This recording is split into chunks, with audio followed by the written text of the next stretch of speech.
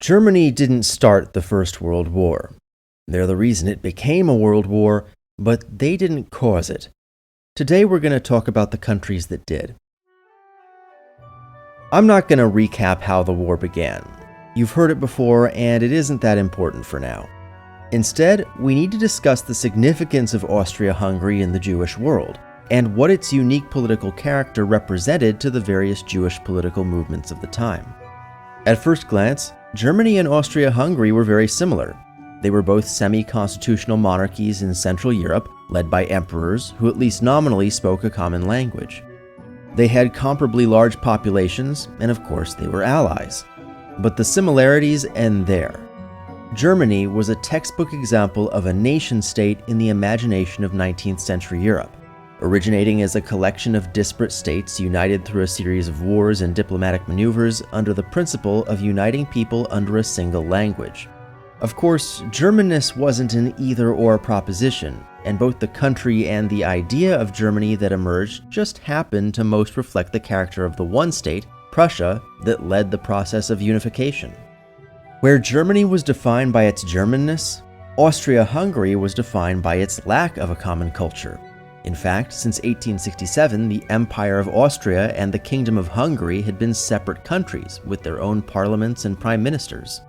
Starting in 1910, Bosnia and Herzegovina became a full member of the Union with its own parliament and constitution, though the outbreak of war had led it to be demoted back to a shared colony. The Emperor of Austria and the King of Hungary were the same person, but that person had significantly more political power in Austria than in Hungary. And while the two countries shared a foreign policy, international agreements and declarations of war required the consent of both countries' governments. Within both countries was a vast patchwork of languages and cultures, of which Jews made up a little less than 5%. But you won't find them on maps like these for a couple reasons. The first is that these maps, based on the results of the 1910 census, depict responses regarding residents' first language, not ethnicity. At the time, the majority of Jews across both countries spoke German or Hungarian as their first language. Yiddish was simply included within the German category. But if you look at statistics asking about respondents' religion, this is what comes up. Austria-Hungary had the distinction of being the first polity in Europe to emancipate its Jewish population, sort of. Back in 1782, Holy Roman Emperor Joseph II issued the Edict of Tolerance, eliminating special legal requirements of Jews and granting them the rights to vote in local elections and hold most types of jobs. In 1788 and 89, these rights were expanded, allowing Jews to serve in the military, hold public office, and receive titles of nobility. There are a bunch of asterisks around this whole affair. At the time, what would become Austria-Hungary was a collection of small, disparate states that just happened to be ruled by the same family, the Habsburgs. The Edict of Tolerance was implemented separately in each of these territories over multiple years. In some areas, like the Austrian Netherlands, it was never implemented. And in 1815, by which time there actually was an Austrian Empire, Chancellor Clemens von Metternich revoked Jewish emancipation. But even the backlash to emancipation was pretty mild, as for the next 30 years, most Jews in the western part of the empire enjoyed more political freedom in practice than in neighboring Prussia, where Jews were nominally emancipated. However, the same couldn't be said for Hungary, where the repeal of Jewish political rights was comprehensive and enforced. So, much like in Italy, Jews became disproportionately active in the underground movement for Hungarian independence. When Hungary revolted against Austrian rule in 1848, Jews made up 3% of the population, but 11% of the rebel army. And though Austria's victory over the rebels resulted in several years of harsh repressions, Austria's new emperor, Franz Joseph, was an outspoken opponent of religious discrimination. So while Austria's armies cracked down on Hungarian Jews, the emperor was elevating Jewish officers to general ranks for the first time in modern history.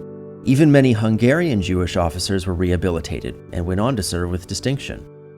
When Austria and Hungary were formally partitioned in 1867, Jews were emancipated in both countries, and during the brief period in which Bosnia became self-governing, the local Jewish population was guaranteed a seat in parliament, to which they elected Sarajevo's chief rabbi, Abraham Romano.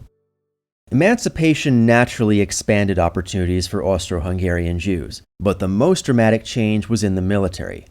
While Jews made up less than 5% of the overall population, they constituted more than 30% of high school graduates prior to the First World War, which qualified them for training as reserve officers with the option of additional training for elite combat units like the cavalry or the Tyrolean sharpshooters.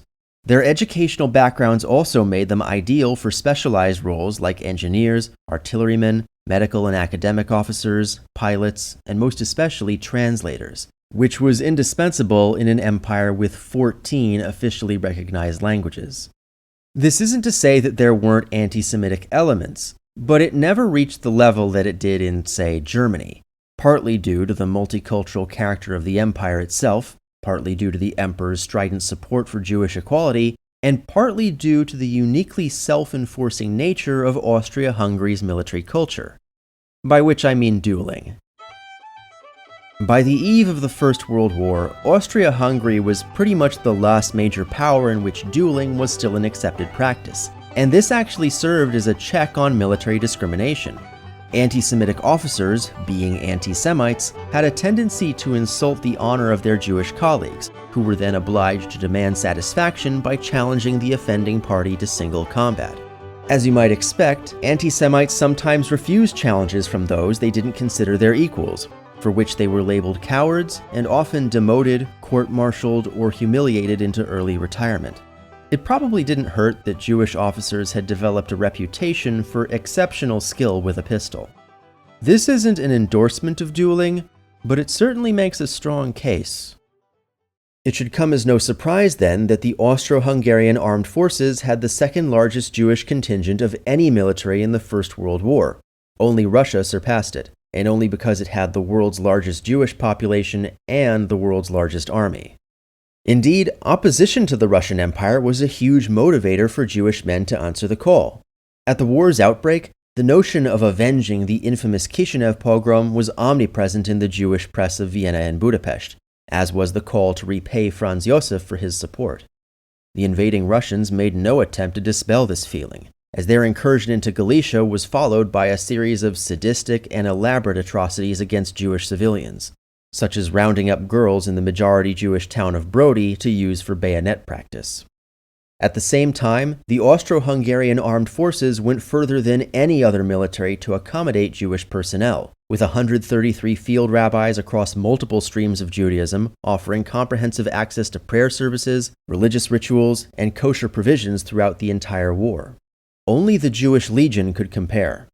And though far from the norm, it wasn't at all unheard of to see Hasidim with beards and payot wearing the imperial blue. Now, in recent years, this high level of tolerance and accommodation has given rise to the idea that Jews in neutral countries, like the US before 1917, were conspicuously sympathetic to Austria-Hungary, but this is a misunderstanding. Jewish autonomous groups like the Bund certainly drew a lot of inspiration from Austria-Hungary, but not for their land or their emperor or even their people.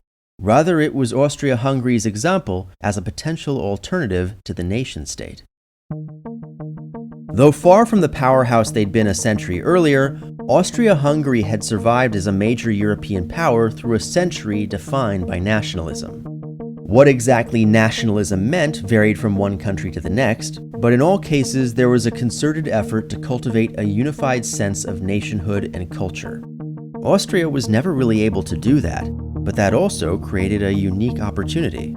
For many Vienna politicians, the partition between Austria and Hungary had only been a starting point. At the turn of the 20th century, multiple proposals were made to further partition the empire in order to create a Yugoslav state in the south. And in 1906, an ethnic Romanian politician named Aurel Popovici gained serious support for his proposal to reform the empire into what he called the United States of Greater Austria.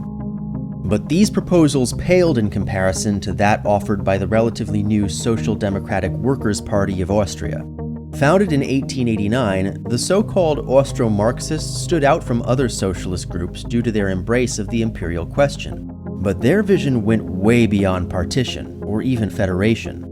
What they wanted was national personal autonomy, a federation without borders, in which linguistic communities were politically united no matter where they lived. Longtime viewers of this channel will know that this was the main inspiration for Bundism and its various offshoots. Indeed, Jewish autonomism had originated in Austria. Yet the Austro-Marxists conspicuously opposed Jewish autonomy. In fact, they stood out among socialist parties for their outright refusal to condemn anti-Semitic incidents like the Dreyfus or Baylis affairs. In their eyes, the problem wasn't anti-Semitism, but Jewishness. As much as I've talked up Austria as a paragon of Jewish emancipation, political anti-Semitism was alive and well, particularly in the German-speaking heartland where the Austro-Marxists operated. Theodor Herzl's conversion to Zionism in the 1890s had been a response to the election of Karl Lueger as mayor of Vienna, whose Christian Social Party weaponized anti-Semitism as a vehicle for working-class populism. From the Austro-Marxist perspective, they and other anti-Semitic parties were their main competition, so electoral success hinged on their ability to harness the power of German chauvinist grievance politics. This approach was further aided by the stark divisions within Austria's Jewish population. For the last 30 years or so, there's been a lot of discussion over the idea that dividing Europe between East and West is a relic of the Cold War that doesn't reflect the continent's actual political and cultural divides. But in the context of Jewish history, there is a clear East-West divide. Jews in Western Europe tended to be wealthier and politically and religiously liberal, while Jews in the East tended to be poorer, more politically extreme, and religiously polarized between ultra-Orthodoxy and secularism. These Ostjuden were far more likely to speak a Judaolect like Yiddish or Ladino, and they were far more receptive to distinctly Jewish political movements like Zionism and Bundism. I call this divide the Mendelssohn line, because it essentially represents the outer limits of the Jewish Enlightenment as a mainstream phenomenon, and it ran right through Austria. As the Austro-Marxist foremost philosopher Otto Bauer wrote in his manifesto, The National Question in Social Democracy, "What is Jewish has long been a foreign language to the Westjuden, and the customs and beliefs of the Ostjuden is a foreign culture in which they play no part." The Mendelssohn line wasn't an absolute barrier. As early as 1900, Polish had already overtaken Yiddish as the primary language spoken by Jews in Galicia, and ultra-Orthodoxy was undergoing a sharp decline there. But these changes were slow, and went largely unnoticed by the more affluent Jews of Austria and Bohemia. To be absolutely clear, there were plenty of Austro-Marxists with Jewish connections, including the aforementioned Otto Bauer and party leader Victor Adler, who had been born Jewish but converted to Protestantism in early adulthood. Yet they conceived of Austrian Jewry as a whole as something antithetical to their brand of politics. On the one hand, the stereotypical Viennese Jew was a bourgeois capitalist who opposed everything the socialists stood for. On the other, there had been a rapid influx of Galician Jews to the working-class neighborhood of Leopoldstadt, where they were stereotyped as poor, backwards, unemployable religious fanatics. For the most part, these new arrivals were a reliable voting bloc for the Austro-Marxists, but the party wouldn't dare acknowledge them. Recalling his time in Vienna during the war, novelist Josef Roth would later remark, "There is no harder fate than to be an East European Jewish alien in Vienna. For the Christian Social Party, they are Jews. For German nationalists, they are Semites. For Social Democrats, they are unproductive elements. The CSP and DNP include anti-Semitism as an important point in their programs. The Social Democrats fear being labeled as a Jewish party." These attitudes never went fully unchallenged, but the likes of Adler and Bauer were quick to justify their avoidance of Jewish issues on the basis of ideology. Recalling Karl Marx's essay On the Jewish Question, Austro-Marxists dismissed Jewish identity itself as a relic of feudalism, which, along with anti-Semitism, would disappear entirely through the triumph of socialism. It's also worth noting that some party leaders and activists simply were anti-Semites, perhaps most notably Karl Renner, librarian for the Austrian Imperial Council, or Reichsrat. For all these reasons, only 2 of the 15 Jewish deputies in the Reichsrat were Austro-Marxists. That's not even mentioning the kind of disruptive shenanigans that went on in the chamber. And that's how Austria became a model of multiculturalism with the most pro-Jewish army in the world, governed by a dysfunctional political culture dominated by obstructionist bigots featuring the world's most self-loathing Jewish politicians. What could go wrong? What I'm about to say may sound familiar. When Austria-Hungary declared war in July 1914, there was every expectation that the war would only last a few weeks, And much like Germany's Burgfrieden, both Austria and Hungary instituted a truce between political parties in which ethnic, religious, and partisan animosity was forbidden. Of course, the war lasted much longer than a few weeks, and gradually opposition to the war began to surface alongside more general discontent with the imperial political order. This reached a tipping point in 1916, when Europe experienced an unusually cold winter with accompanying food shortages, while Allied offensives to the west and the east raised fears that the Central Powers might not win the war. The Brusilov offensive had a particularly worrying effect on public order in Vienna, as the Russian incursion sent yet more Eastern Jewish refugees into the capital, inflaming anti-Semitic rhetoric on the street and expanding support for the general anti-Semitic movement. And on the 21st of October 1916, Minister-President Count Karl von Stierch was assassinated while eating lunch at the upscale Meisel and Schaden restaurant. Perhaps the most shocking outcome of this incident was the identity of the killer, Dr. Friedrich Adler, son of Austro-Marxist leader Victor Adler. The younger Adler had become disaffected by his party's support for the war, and particularly its deference to the deeply undemocratic wartime government. For all my earlier talk about a truce between political parties, the Reichsrat hadn't actually met since March 1914, a full 4 months before the war. In the immediate lead-up to the war, Count Stierch's cabinet had issued an emergency decree enabling itself to declare war without the council's consent, and since then had issued several more decrees implementing aggressive media censorship and subjecting large sectors of civil administration to military rule. Contrast this with Hungary, where Parliament had remained in session continuously. In the wake of the killing, the office of Minister-President became a veritable revolving door, while the younger Adler gained a startling degree of sympathy on the streets of Vienna. Exactly 1 month after the assassination, the venerable Emperor Franz Josef died, leaving his 29-year-old grandnephew Karl to pick up the pieces. On the 1st of March, he fired infamous Army Chief of Staff Franz Conrad von Hötzendorf. There, I mentioned him. On the 30th of May, he reconvened the Reichsrat after a 3-year recess and began debate to reform the empire into a federation should the conflict ever come to an end. And he even entered secret talks with the Allies over the possibility of a separate peace. On a less exciting note, he also signed off on legislation outlawing duels. I know, but it's understandable. This war really took the shine out of dying pointlessly. The emperor wasn't the only one making big changes. Early in the war, the Jewish Austro-Marxist philosopher Otto Bauer had been captured by the Russian army while serving on the Eastern Front and imprisoned in Siberia. Due to his status as an officer, the Russians afforded him a number of fairly luxurious privileges, including access to Russian and other Allied newspapers, which apparently had a profound effect on him.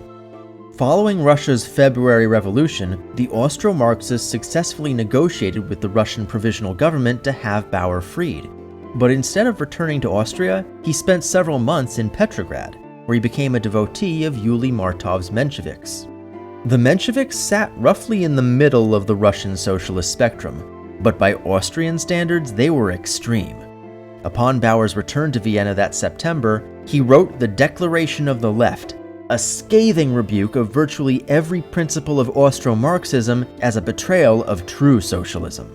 And I mean every principle. He declared that not only could Austria-Hungary not win the war, but its total destruction as a political entity was inevitable and imminent. This was a shocking development. Prior to the war, Bauer had been the foremost voice in favor of ethno-federalism, arguably the person most responsible for articulating the Austro-Marxist position on the imperial question. The ideas he was condemning in the Declaration of the Left were his. Karl Renner ferociously defended the old positions, arguing that Austria without its empire would be an agrarian backwater lacking the material conditions for socialism. Instead, Renner argued, Austria-Hungary should work to establish a free association of Central European states acting collectively on the world stage. But it was too little too late. Bauer was right. In December 1917, 8 months after entering the war against Germany, the United States declared war on Austria-Hungary, with the first American troops arriving in Italy in February 1918. The second domino was Poland. In the final weeks of 1917, the Bolsheviks had seized power in Russia and prepared to make a painful but pragmatic peace with the Central Powers. But this brought unforeseen complications. To the north, Germany and Austria-Hungary had established a Polish puppet kingdom in an effort to seize Polish resources and weaponize Polish nationalism against Russia. But at the same time they were negotiating with the Bolsheviks, the Central Powers were negotiating separately with the semi-independent Ukrainian People's Republic, who now demanded the Polish kingdom's Chelm region as part of their independent state. So on the 9th of February, the Central Powers made a separate peace with Ukraine in which Austria-Hungary agreed to cede Chelm. The response from Austria's Polish population was outrage, leading to mass protests, mutinies in the armed forces, and a mutual agreement by the Polish parties in the Reichsrat, at least those who hadn't defected to the Allies, to adopt a policy in support of full Polish independence. At the same time, however, the Central Powers had successfully forced Russia out of the war with the Treaty of Brest-Litovsk, and Germany was days away from beginning a massive new offensive in the west with hopes of taking Paris. So after nearly a year of back-channel maneuvering, Emperor Karl and the cabinet broke off secret peace negotiations with the Allies for fear of making unnecessary commitments while the war might still be won. That was a decision the cabinet would soon regret. By June, the German spring offensive had stalled, and by the end of summer, the Western Allies had not only seized the initiative, but brought the war out of the trenches and into a fast-paced war of movement. Tactics had finally caught up with technology. And it was only the first of many breakthroughs. In late September, the Allies made a massive breakthrough on the Macedonian front, compelling Bulgaria to surrender. At the same time, the Allies made a similarly consequential breakthrough in Palestine, leaving the now isolated Ottomans almost certain to sue for peace and convincing Emperor Karl to resume his plans for a separate peace. A key condition of that peace was the implementation of U.S. President Woodrow Wilson's 14 points, of which point 10 was the establishment of maximal regional autonomy for the non-German peoples of Austria-Hungary. As should already be clear, this is a condition that Karl and the cabinet were more than willing to make. So on the 16th of October, the emperor issued the People's Manifesto, which proposed to reorganize Austria-Hungary into a federation of 5 kingdoms: Austria, Hungary, Bohemia, Galicia, and Croatia. However, this was rejected by the US for failing to meet points 9 and 13, respectively demanding the expansion of Italian territory into Austria's current borders and the establishment of a united, independent Polish state. Emboldened by the rejection of peace, Tomasz Masaryk and other Czech partisans in exile in Washington, D.C. declared the independence of Czechoslovakia, and at this, it became clear that the empire wouldn't long survive. On the 21st of October, the German section of the Reichsrat created a new parliament, the Provisional National Assembly, with Karl Renner as chancellor and Victor Adler as foreign minister. But don't be fooled, as this was merely a caretaker administration responsible for overseeing the disintegration of the empire, giving Renner and Adler the unenviable task of burying the Austro-Hungarian dream which had so long fueled their unique brand of socialism. They now joined Otto Bauer in seeking out a new course for the Austrian state: Anschluss, the unification of Austria with Germany.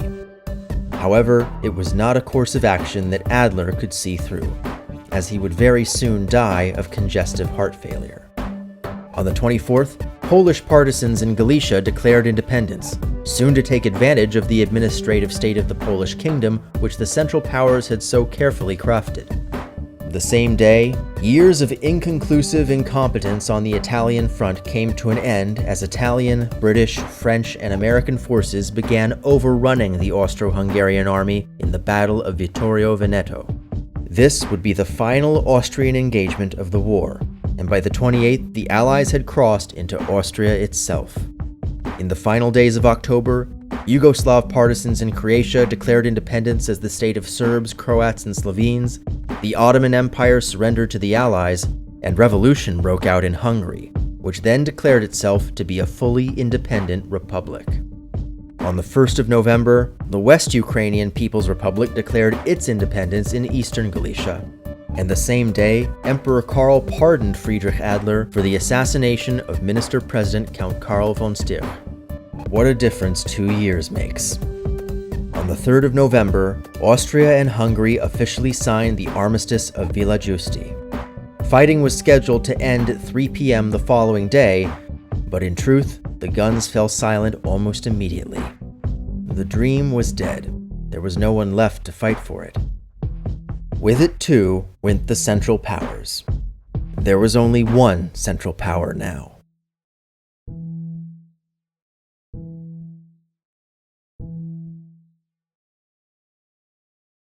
Special thanks to my patrons, including Mir Akbar Ali, Jeremy Biskin, Boris Cherny, FC, Matthew Feinberg, Jay Fleischman, Osha Gordon, Bob Huddy, Raphael Kellerman, Sol Cohn, Jacob Kossoff, Eric Lederman, and Jeffrey Schweitzer.